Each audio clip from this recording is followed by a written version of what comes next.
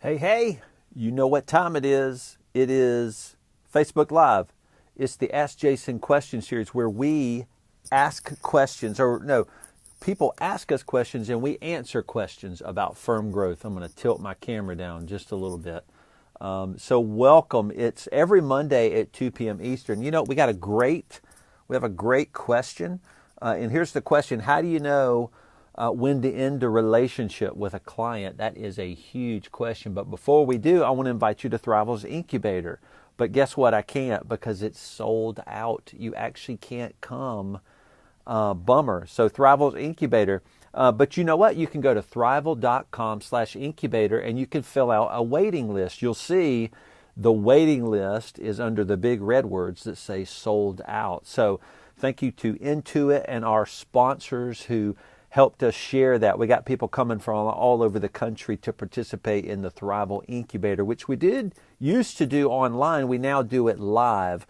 So we're testing it live, and it's going to be a great event. So we're so thankful for that. So go to thriveal.com/incubator to fill out a waiting list. But you know what you can come to? You can come to Thriveal's Deeper Weekend Conference. We have that every year in October. And the 8th annual is coming up in October. So October 25th is that is the Wednesday night welcome reception party, and then Thursday and Friday. So that's October 24th through the 26th. So you know what? That's going to sell out too.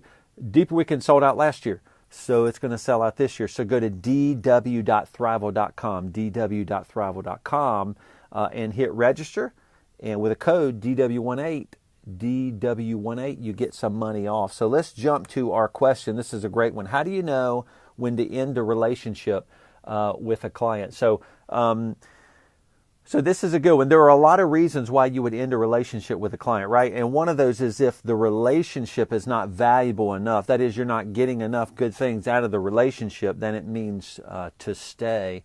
And we know that very closely in our firm because we're so intimate with our relationships. We limit the number of clients each of our team members serves. And so we can tell when the value we're getting from that client is not worth what we're putting in to serve that client. So you would know that something like that is a great time to end a relationship. But there's also some bigger picture reasons why you'd want to end relationships, not only with a client, but groups of clients. And it might be that you're moving your company in a different direction. If you start to shift your company's business model and service model in a different direction, then you may want to end your relationship with a group of clients. That's also true. So for example, in our firm years ago, we wanted to stop having a tax season of sorts. So we shifted our mindset to begin serving businesses only and to stop serving individuals directly. Now we still serve individual clients that own businesses, but we only contract in the name of a business. So we had to make a shift in our thinking to stop serving individuals. So we had to make moves to either sell those clients, move away from those clients, or let those clients know we're not going to be serving them next year. So it was a business model change, could be one reason to do it. But of course, another reason is that clients are becoming unhealthy.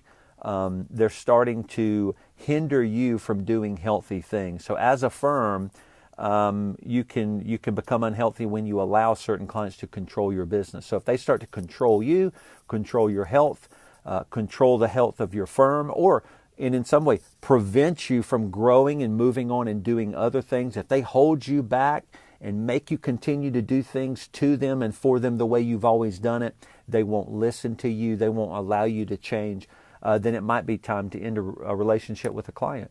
And so how do you do that? You call them up and you say, we're not going to renew our relationship with you next year, and just wanted to let you know we're going to transition you to a new firm, and we're going to help you.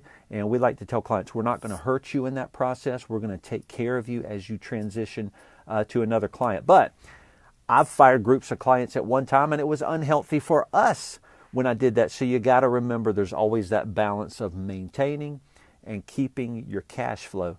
That is so key. So whatever you do, whether you end a relationship with a client for unhealth or because it's a business model change, or whether they're preventing you from going and doing bigger and better things, whatever reason, you can't just fire everybody. You got to do it with the balance of the cash that you need because you are running a business. So be careful about that. Now, firing a client's on the back end. One thing that's super important is the front end. That's probably the more important relationship. So onboarding your client is the process you want to focus on, you want to build. That's the biggest process that can really make a difference in the kind of firm that you want to grow. So everybody's worried about firing a client, but I'm telling you, bringing a client in the right way is where you prevent having to fire them on the back end. So focus on your onboarding of new clients.